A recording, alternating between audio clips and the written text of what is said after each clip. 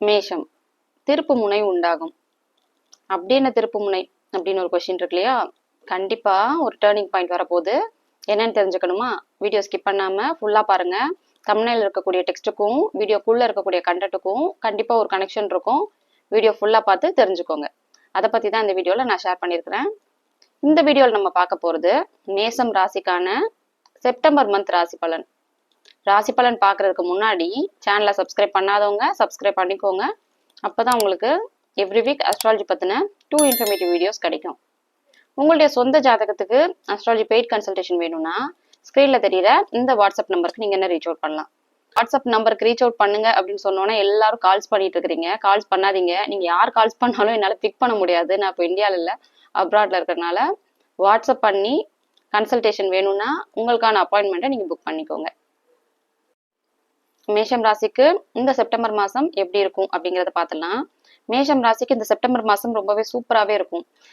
என்னடா அப்படி சொல்றாங்கன்னு நினைக்காதீங்க. 7.5 சனி அதெல்லாம் பத்தி கன்ஃபியூஸ் ஆயிக்காதீங்க. ரொம்ப 7.5 சனி தான் ஸ்டார்ட் ஆயிருக்கு, இன்னும் அது ஜென்ம சனியா மாறல. ஸோ அதை பத்திலாம் ரொம்ப திங்க் பண்ண தேவையில்லை.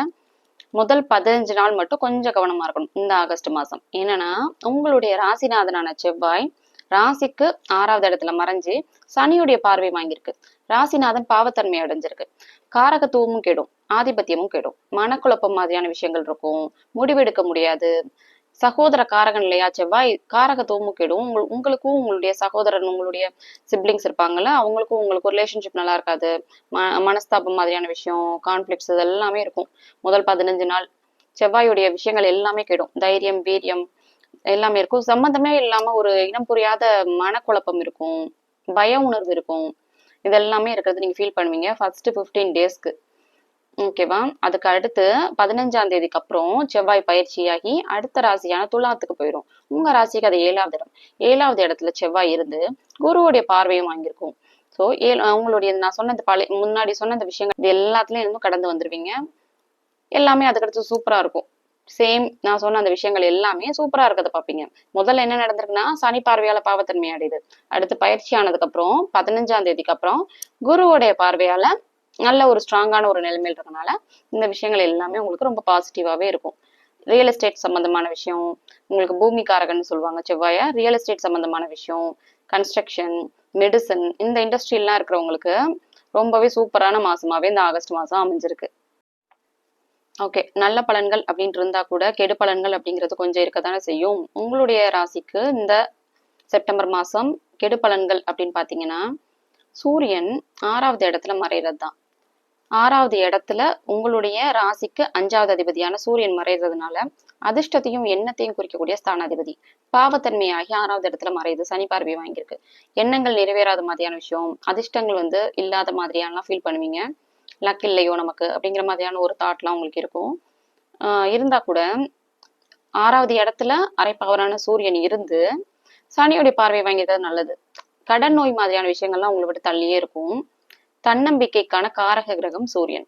தன்னம்பிக்கை, தந்தை, அரசு, தலைமை பதவி இதெல்லாம் குறிக்கக்கூடிய கிரகம் சூரியன். ஸோ காரகத்துவம் கெடும் சனியுடைய பார்வையால. இந்த விஷயங்கள் எல்லாமே கொஞ்சம் கம்மியா இருக்கிறது ஃபீல் பண்ணுவீங்க. உங்களுடைய ராசிக்கு 3வது அதிபதியான புதன் இளைய சகோதரன், முயற்சி, உதவி இதெல்லாம் குறிக்கக்கூடிய ஸ்தானாதிபதி ஆட்சி ஆகுறதுனால உங்களுக்கு ரொம்பவே நல்ல மாசமாவே இருக்கும். முயற்சி பண்ணா அது பழிக்கும். இளைய சகோதரனுக்கும் உங்களுக்கும் இருக்கக்கூடிய உறவு நல்லா இருக்கும். இளைய சகோதரனால உங்களுக்கு உதவி கிடைக்கிறது, உங்களால அவங்களுக்கு கிடைக்கிறது, இதெல்லாம் உங்களுக்கு கண்டிப்பா இருக்கும். இவ்வளவு நாளா என்னதான் முயற்சி பண்ணாலும் நடக்க மாட்டேங்குதுன்னு நினைச்சிருப்பீங்க. இப்ப கண்டிப்பா முயற்சி பண்ணா அதுல உங்களுக்கு ஒரு நல்ல பலன்களே நீங்க எதிர்பார்க்கலாம்.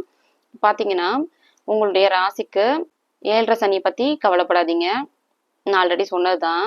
7.5 சனி நடக்குதுதான் மேஷம் ராசிக்கு. இப்பதான் ஸ்டார்ட் ஆயிருக்கு. மீனம் ராசி மேல சனி பயிற்சியாகி வந்தோடனே மேஷம் ராசிக்கு 7.5 சனி ஸ்டார்ட் ஆயிடுச்சு. இருந்தா கூட அது பெரிய பாதிப்புகள் எதுவுமே அது தராது. உங்களுக்கு 7.5 சனி உங்களுடைய ராசிக்கு 12வது இடத்துல விரய சனியா தான் இருக்கு. சில விரயங்களை கொடுக்கும், அவ்வளவுதான். ஜென்ம சனி அளவுக்கு பெரிய அளவுல பாதிப்புகளோ மன அழுத்தத்தையோ தராது. ஜென்ம சனி உங்களுக்கு நடக்கிறதுக்கு இன்னும் டைம் இருக்கு. 2027 ஜூன் மாசத்துக்கு அப்புறம் தான் ஜென்ம சனியா மாறும். அந்த டைம்ல நீங்க ரொம்ப கவனமா இருக்கணும். அவ்வளவுதான். அதாவது முதல் 15 நாள் மாசத்துல 15ஆம் தேதி வரைக்கும் செப்டம்பர் மாசம் பெரிய அளவுல பணவரவுகள் இருக்காது. ஏன்னா உங்களுடைய ராசிநாதனான செவ்வாயும் ராசிக்கு 6வது இடத்துல மறைஞ்சி சனியுடைய பார்வையை வாங்கி பாவத்தன்மை அடையுது. ஜீவனஸ்தானாதிபதினு சொல்லக்கூடிய சனியும் செவ்வாயுடைய பார்வையால பாவத்தன்மை அடையுது. 2 கிரகங்களும் சனியும் செவ்வாயும் பாவ கிரகங்கள், 2ம் சமசப்தமமா பாத்துக்கறதுனால 2 கிரகங்களுமே கெடுது. சோ முதல் 15 நாள் பணவரவு எதுவுமே இருக்காது. ஆனா அடுத்து 15ஆம் தேதிக்கு அப்புறம் செவ்வாய் பயிற்சியாகி அடுத்த ராசிக்கு போனதுக்கு அப்புறம் குருவுடைய பார்வை கிடைக்கும். செவ்வாய்க்கு நேரா அது அட்டமாதிபதியா செயல்படாது, ராசிநாதனா செயல்படும். உங்களுடைய மேஷம் ராசியா செவ்வாய் தொடர்பு கொள்ளும். குருவுடைய பார்வையை வாங்கி மேஷம் ராசியை பார்க்கறதுனால கண்டிப்பா நல்ல ஒரு பணவரவுகள் இருக்கும். சொந்த ஜாதகத்திலயுமே உங்களுக்கு தசாபுத்தி நல்லா போயிட்டு இருந்துச்சுன்னா இதெல்லாம் நடக்கிறது நீங்க கண்டிப்பா ஃபீல் பண்ணுவீங்க. ஓகே, இப்ப நான் தம்ப்நெயில்ல சொன்ன விஷயம் திருப்பு முனை உண்டாகும். அப்படி என்ன திருப்பு முனை? ஓகே, நல்லா லிசன் பண்ணிக்கோங்க. இது நாள் வரைக்கும் கல்யாணம் ஆகாம வெயிட் பண்ணிட்டு இருந்தவங்களுக்கு கண்டிப்பா இந்த செப்டம்பர் மாசமே உங்களுக்கு நிச்சயதார்த்தம் மாதிரியான நல்ல விஷயங்கள்லாம் நடந்து உங்களுக்கு மார்ச் பிப்ரவரி நெக்ஸ்ட் இயர்ல கண்டிப்பா கல்யாணம் முடியறதுக்கான வாய்ப்புகள் ரொம்பவே அதிகம். அடுத்து பாத்தீங்கன்னா உங்களுடைய ராசிக்கு 5வது அதிபதி சூரியன், குழந்தைகளை குறிக்கக்கூடிய ஸ்தானாதிபதி. குழந்தைகள், எண்ணம், அதிர்ஷ்டம் இதெல்லாம் குறிக்கக்கூடிய ஸ்தானாதிபதி. நல்ல முயற்சிகள் நீங்க ஆல்ரெடி எடுத்துட்டு இருப்பீங்க. புதனுடைய வலுனால முயற்சிகளை குறிக்கக்கூடிய ஸ்தானாதிபதி ஆட்சியாகறதுனால உங்களுடைய முயற்சி மூலமா அதிர்ஷ்டங்களும் சேர்ந்து இருக்கும். ஏன்னா அதிர்ஷ்டத்தை குறிக்கக்கூடிய ஸ்தானாதிபதி சூரியன் ஆட்சி ஆகிறதுனால நல்ல அதிர்ஷ்டத்தோடையும் உங்களுடைய முயற்சிகள்னாலையும் நீங்க விரும்புறத ஆசைப்படுறத உங்களால அச்சீவ் பண்ண முடியும். ஓகே, முதல் 15 நாள் இப்படி இருக்கும். குழந்தைகள் விஷயத்துல நிறைய நன்மைகள் இருக்கும். குழந்தைகளால உங்களுக்கு நிறைய சந்தோஷங்கள் இருக்கும். இந்த மாதிரியான விஷயங்கள்லாம் முதல் 15 நாள் நடக்கும். அடுத்த 15 நாள் பாத்தீங்கன்னா உங்களுடைய ராசிக்கு 6வது இடத்துல சூரியன் போய் மறையும், பாவத்தன்மையாகி மறையும். நேரதர் சனியுடைய பார்வையை வாங்கி, சனி பார்வையை வாங்கக்கூடாது. சூரியனும் டிஸ்டர்ப் ஆவாங்க, சனியும் டிஸ்டர்ப் ஆகும். 2 கிரகமே சூரியன் சனி 2மே டிஸ்டர்ப் ஆகும். ஸோ சனியுடைய பார்வையை வாங்கி 6வது இடத்துல மறையறதுனால சூரியனுடைய காரகத்துவம் கெடும். நான் ஆல்ரெடி சொன்ன மாதிரி ஆதிபத்தியமும் கெடும்.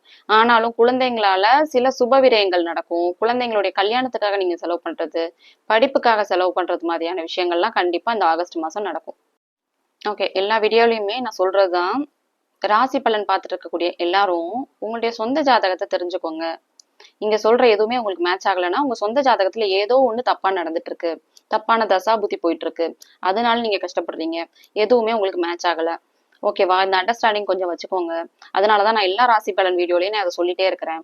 ஓகே, இப்ப பாத்தீங்கன்னா உங்களுடைய சொந்த ஜாதகத்துல உங்களுக்கு 6, 8 அதிபதினு சொல்லுவாங்க, மறைவு ஸ்தானாதிபதி. 6, 8 அதிபதி தசை நடந்துட்டு இருந்துச்சுன்னா உங்களுக்கு அந்த தசை ஃபுல்லுமே கஷ்டமா தான் இருக்கும். என்னதான் கோயிலுக்கு போனாலும் பரிகாரம் பண்ணாலும் உங்களுக்கு எதுவுமே மாறாது.